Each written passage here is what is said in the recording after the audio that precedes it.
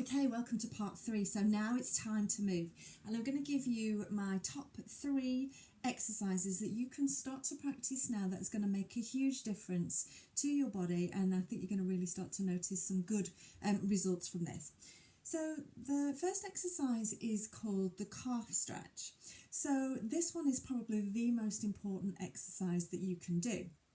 So the calf stretch releases tension and tightness through the calf, obviously through the back of the lower leg, and it allows your pelvis to start to sit correctly, because if you have too much tension, too much tightness through the calf and through the back of the leg, it pulls your pelvis out of alignment.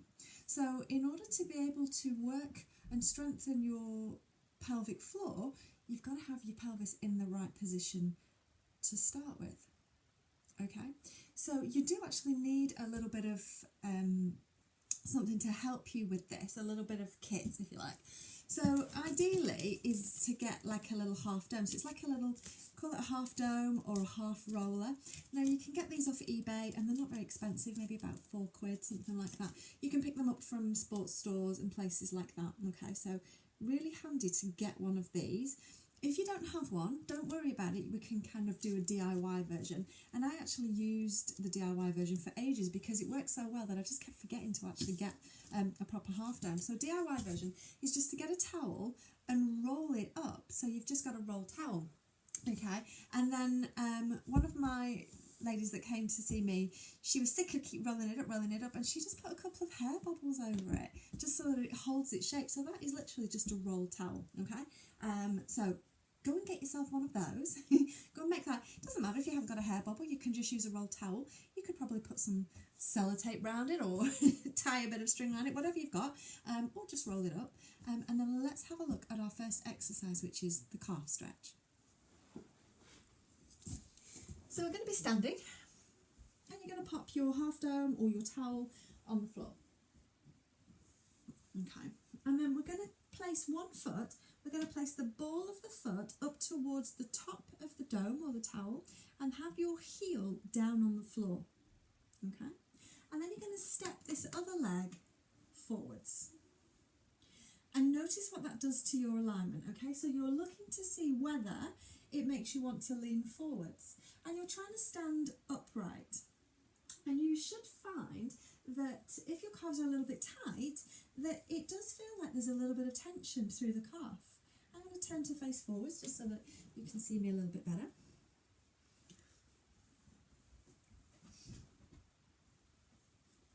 Okay. So we're trying to step this other leg forwards, and then really pay attention to your alignment here. So notice whether you're sagging into one hip. Have you bent your knee to try and get away from the tension there? And try and stand yourself nice and tall. Both legs are straight. And we're standing upright. We're not leaning forwards. Now, there's an awful lot of work that we can do on alignment and posture and how to stand, but we'll look at that another time. So for now, we're just working through the calf stretch exercise. So when you first get into this position, quite often it feels like it's really tight through the back of the calf, and it almost makes you feel like you're going to fall backwards. And if that's the case, step this other leg back a little bit. You just want to find that point at which you can feel a little bit of a stretch, but it's okay. And similarly, if you get to this position and you think, oh, I can't really feel anything, then step this leg a little bit further forwards. It's finding that boundary of where you can feel there's something happening, but it's not too much that you can't breathe and you can still talk normally. And when you first get into this position, that's when the stretch is kind of at its most intense. And if you allow yourself to relax and just stay here, just breathing normally, taking some nice deep breaths maybe, it will start to release and it will start to relax. Okay, and then let's switch and do the same on the other side. So, you want to make sure again that your foot is towards the edge of the towel or the half dome, whatever you're using. Heel down on the floor, and then step the other leg forwards. Okay. Again, checking in, are you leaning forwards? Can you stand upright so that your hips are over your heels of this leg that's on the towel? If it's making you feel like you're falling back, take that leg back a little bit. If you're not feeling very much at all, take it forwards. And again, you're watching for any hanging in the hips. And you stand nice and upright here. And again, just try and take some deep breaths. Maybe notice if you're holding tension anywhere in your body, so check in. Are you clenching your teeth?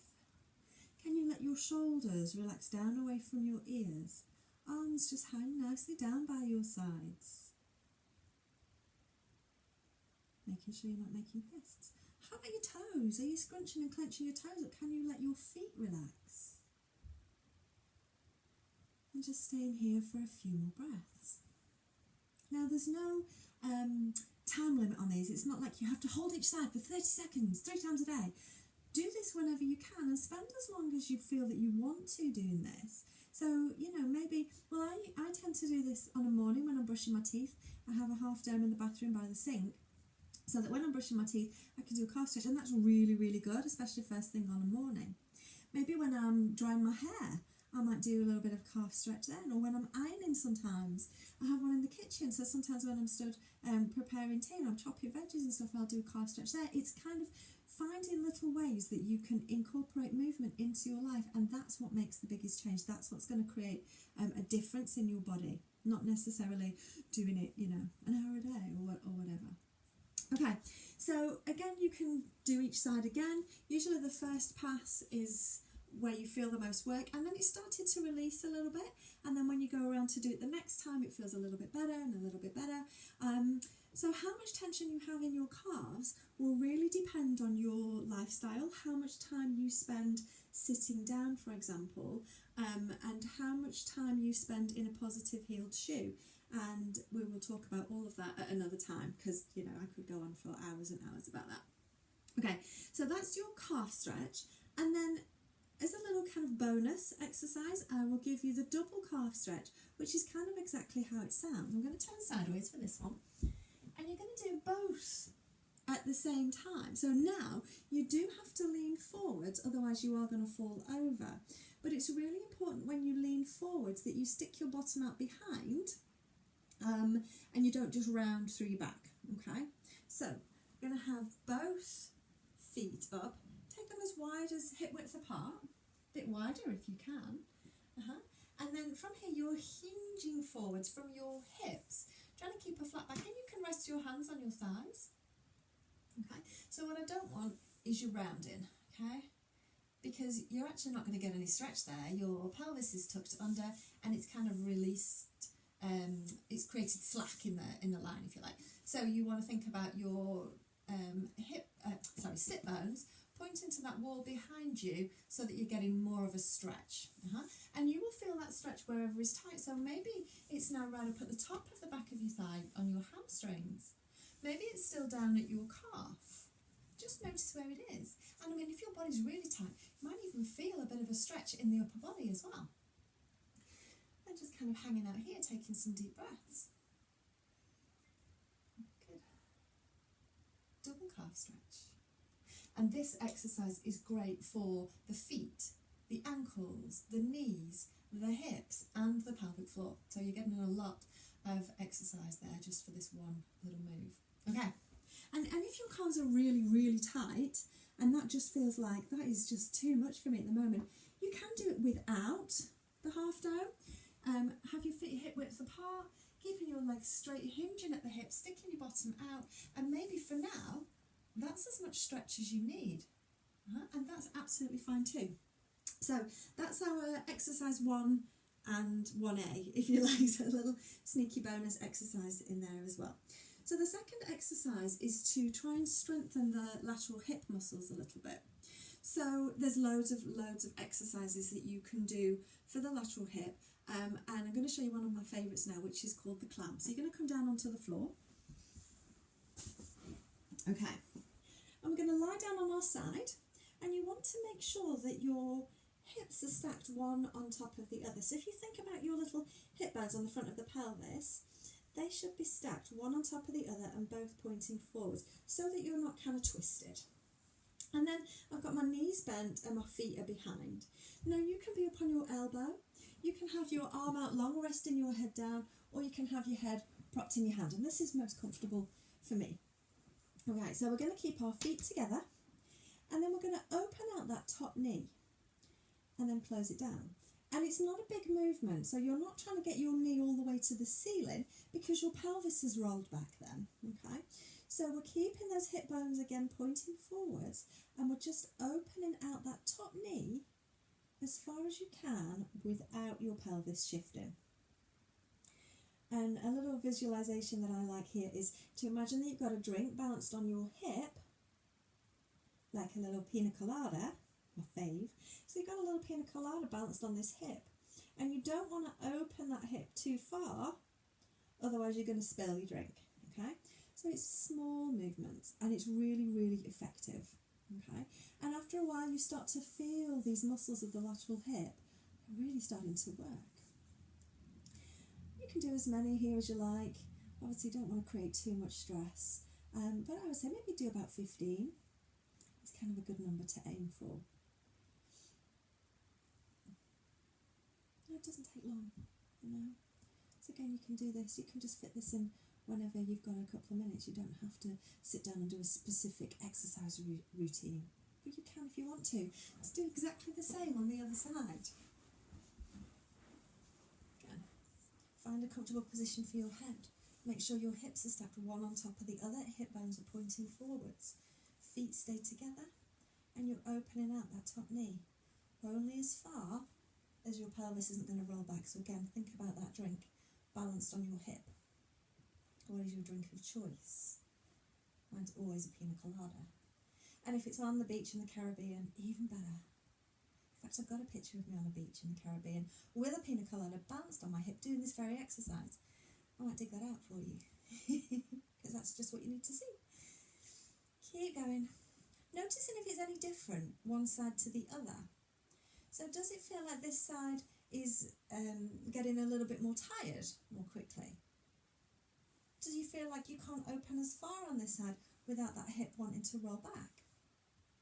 And if you're not sure, because you can't kind of get the feedback of whether your pelvis is rolling back or not, sometimes it's really useful to get something and balance it behind you. So maybe balance a book against you, and then if you roll back too far, you'll knock that book over. So it shouldn't be moving. And again, you want to do about 15 of those, and I never count, so there or thereabouts. And then afterwards, if it feels like you've worked this area, you've done the right thing, you've worked the right muscles, okay? So that's exercise number 2, and that's the clown. Our third exercise that we're going to do is more of a relaxation, it's more of a release, and it's called legs up the wall, and it's one of my favourite relaxation exercises. So you need a wall and a little bit of space behind you. So the legs up the wall will release all of the muscles from your heels to your hips, but specifically between your knees and your groin. So it's really, really good for releasing that area. And then you want to just relax in that position. So you need to hold it for about 5 minutes. I sometimes read in this position. Okay, so I'll show you the best way to get into it is to kind of sit alongside the wall and then turn yourself around so that you can bring your legs up the wall.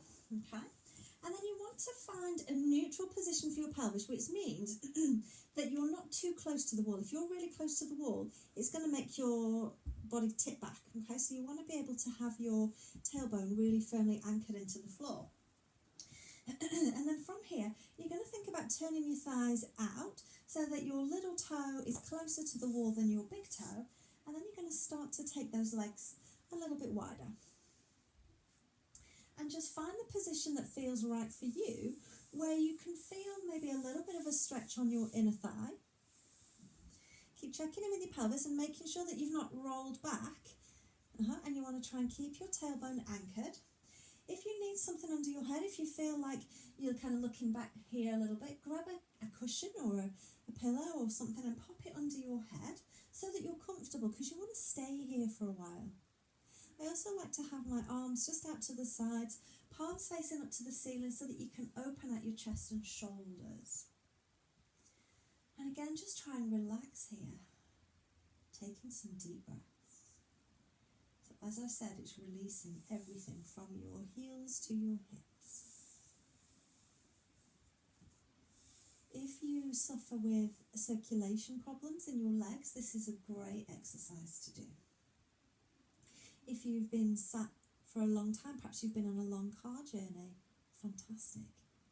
If you've been on a flight, a long flight, get yourself in this position.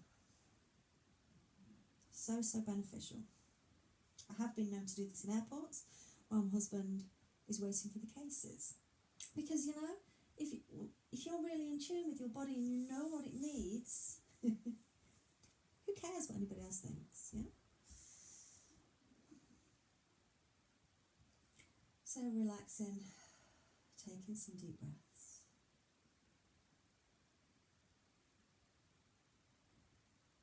Maybe put some nice relaxation music on. Maybe get a book. You could read a book here. Whatever you need to do to just allow yourself to relax.